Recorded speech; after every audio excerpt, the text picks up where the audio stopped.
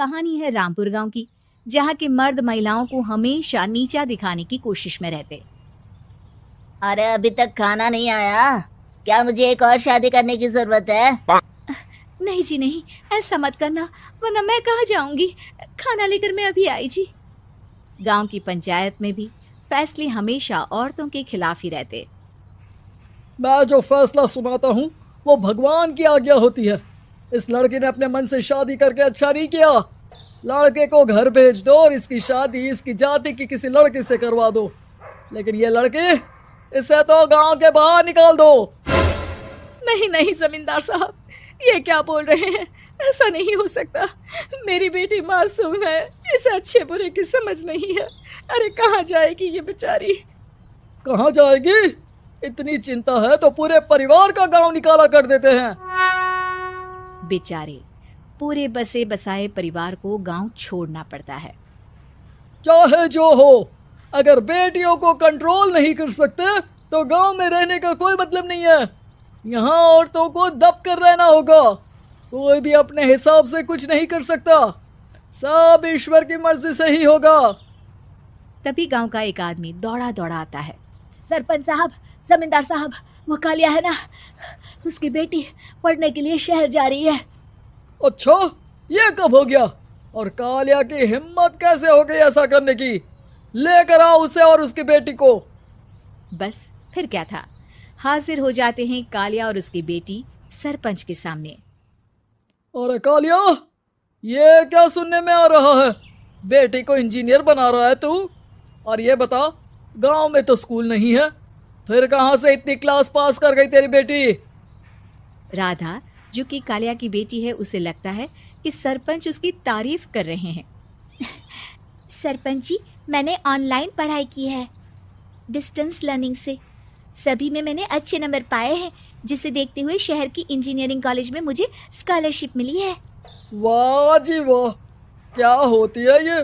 पहले तो ये बताओ, फिर आगे की बात करते हैं। पूरा गांव राधा की बात सुन रहा था और राधा बोलती जा रही थी। तो ऐसे मैं फ्री में एक अच्छी शिक्षा लेकर गांव में जो कुछ परेशानियां हैं, जैसे बिजली, पानी और इंटरनेट जैसी समस्याओं के लिए काम करूंगी। मैं गांव को शहर से जोड़ने के लिए पुल का निर्माण करवाने का प्रस्ताव रखूंगी। मुझे पूरी उम्मीद है कि जल्द ही हमारा गांव भी तरक्की की राह पर चल पड़ेगा। राधा की बात सुनकर सारे गांव वाले ताली बजाने लगते हैं। सरपंच को समझ नहीं आता कि वो क्या करे। चुप रह नादान लड़की, गांव के खिलाफ जाने के लिए तुझे गांव से बेदखल कर दिया जाएगा, वो भी पूरे परिवार के साथ। और हाँ, अगर ठीक से गांव में रहना चाहती है तो ये पढ़ाई लिखाई छोड़ दे। हम तेरे लिए गांव का कोई होनहार लड़का देखेंगे। तभी गांव का एक आदमी बोल पड़ता है। अरे नहीं नहीं सरपंच जी, राधा बिटिया जो बता रही है, अगर वैसा हो जाए तो हम लोगों को पैसा कमाने के लिए बाहर नहीं जाना पड़ेगा। हाँ जी, और ना ही कोसों दूर पानी के लिए भटकना पड़ेगा। हमारे बच्चे भी अच्छी पढ़ाई कर सकेंगे और आगे बढ़ेंगे, ना कि हमारी तरह खेती करते बैठेंगे। क्यों गांव वालों, राधा बिटिया का साथ देना चाहिए ना। सरपंच देखता है कि गांव राधा के साथ है तो वो चुप हो जाता है। वो घर आकर अपने सलाहकार से बात करता है, जो बहुत ही चालाक किस्म का इंसान होता है। अरे सरपंच साहब, आपको बहुत ही होशियारी से काम लेना पड़ेगा। एक बार गांव तरक्की कर गया, यहाँ के बालक पढ़ लिए तो कोई ना पूछेगा आपको। और फिर ये जो बेटा और बेटी है ना आपके, इनको भी आम लोगों की तरह ही जीवन जीना होगा। हाँ, लेकिन करे तो क्या करे? वो ना आप मुझ पर छोड़ दीजिए, बस मैं जैसा बोलूं करते जाइए। अगले रोज सुबह जब गांव वाले सोकर उठते हैं तो राधा के घर के बाहर और साथ ही वो लोग जिन्होंने राधा का सपोर्ट किया था, उनके घर के आगे लाल रंग से कल आऊंगी लिखा होता है। कल आऊंगी, ये क्या होता है? अरे यह तो खून से लिखा है, लगता है कोई भूत प्रेत या चुड़ैल का साया है। चलो सरपंच जी के पास चलते हैं। सभी सरपंच के पास जाकर उसे सारी बात बताते हैं। अरे ये तो बड़ी मुश्किल की बात है। चलो, मैं एक बाबा को जानता हूँ, उन्हें बुला लेता हूँ। सरपंच बाबा को लेकर गांव के घर के बाहर जाता है। ओहो, तो ये वो चुड़ैल है जो उन लोगों को निशाना बनाते हैं जो गांव को बदलने का सपना देखते हैं। वो गांव को ऐसे ही संपन्न देखना चाहती है। वो नहीं चाहती कि कोई बाहरी यहाँ का कायाकल्प करे। क्या तुम लोगों में से किसी ने गांव को बदलने की सोच रखी है?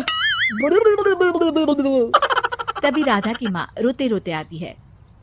मेरी राधा घर से गायब हो गई है। अरे कोई तो बचाओ, मेरी बच्ची कहाँ गई?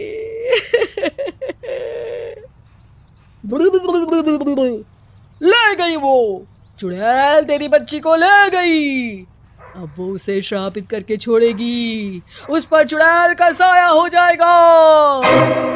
तभी बुरी सी हालत में राधा भी वहां आ जाती है।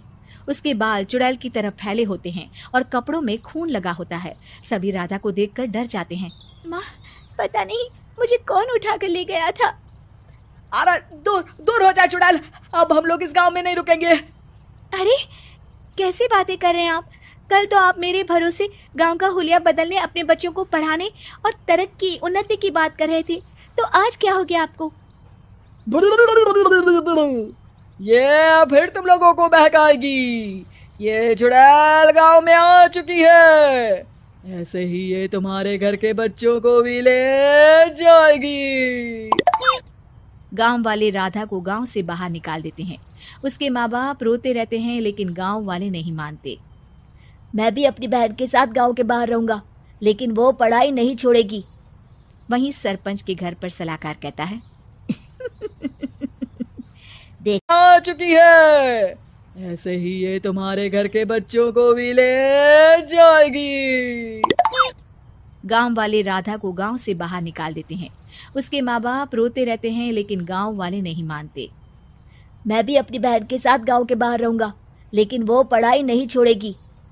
वहीं सरपंच के घर पर सलाहकार कहता है। देखा, सांप भी मर गया और लाठी भी नहीं टूटी।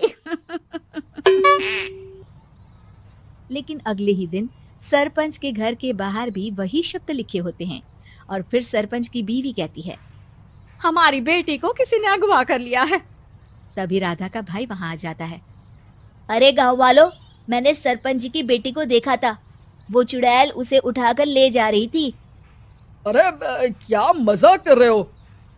नहीं नहीं सरपंच जी, आप नहीं जानते। वो चुड़ैल अब आपकी बेटी में आ जाएगी, जैसे राधा के अंदर आ गई थी। तभी सरपंच की बेटी वैसी ही हालत में वहां आती है जैसे राधा आई थी। पापा, पता नहीं कैसे मैं गायब हो गई थी। चुड़ैल, इसके अंदर भी चुड़ैल का साया है, मारो इसे।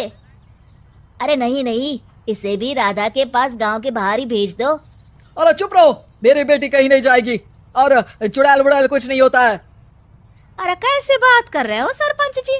आप तो बोल रहे थे कि आपका फैसला भगवान का ज्ञान होता है, तो अपने पर बात आई तो अब आप ऐसे बोल रहे हैं।